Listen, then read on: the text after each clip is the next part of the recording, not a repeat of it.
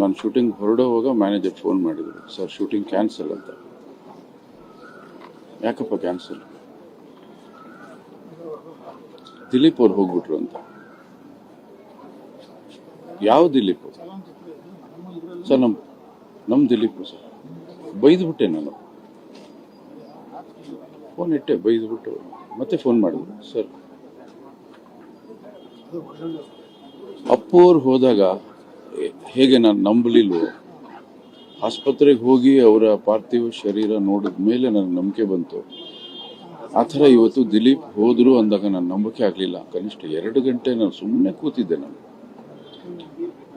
ಹೇಗೆ ಬರುತ್ತೆ ಸಾವು ಒಬ್ಬ ಮನುಷ್ಯನಿಗೆ? ಆರೋಗ್ಯವಾಗಿರ್ತಕ್ಕಂಥ ವ್ಯಕ್ತಿ, ಯಾವ ದುರಭ್ಯಾಸಗಳಿಲ್ಲ, ತುಂಬ ಚೆನ್ನಾಗಿದ್ರು, ತುಂಬ ಆಕ್ಟಿವ್ ಆಗಿದ್ರೆ ಇವರು.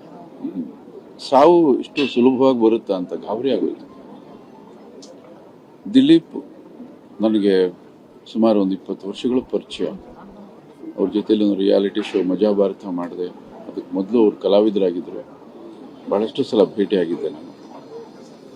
ಪಾರು ನನ್ನ ಅವರ ಮಧ್ಯೆ ಸಂಬಂಧವನ್ನು ತುಂಬ ಹತ್ತಿರ ಮಾಡಿದ್ದು. ಪಾರು ನನ್ನನ್ನು ಒಂದು ಹೊಸ ರೂಪದಲ್ಲಿ ಅವರು ನೋಡಿದ್ರು, ಹೊಸ ರೀತಿಯಲ್ಲಿ ನನಗೊಂದು ಹೊಸ ಇಮೇಜನ್ನು ಕೊಟ್ಟರು ಪಾರು ಧಾರಾವಾಹಿ ಮುಖಾಂತರ.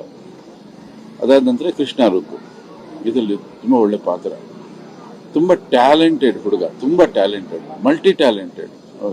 ಒಬ್ಬ ಡೈರೆಕ್ಟರ್ ಆಗುವಂಥ ಎಲ್ಲ ಲಕ್ಷಣಗಳಿತ್ತು.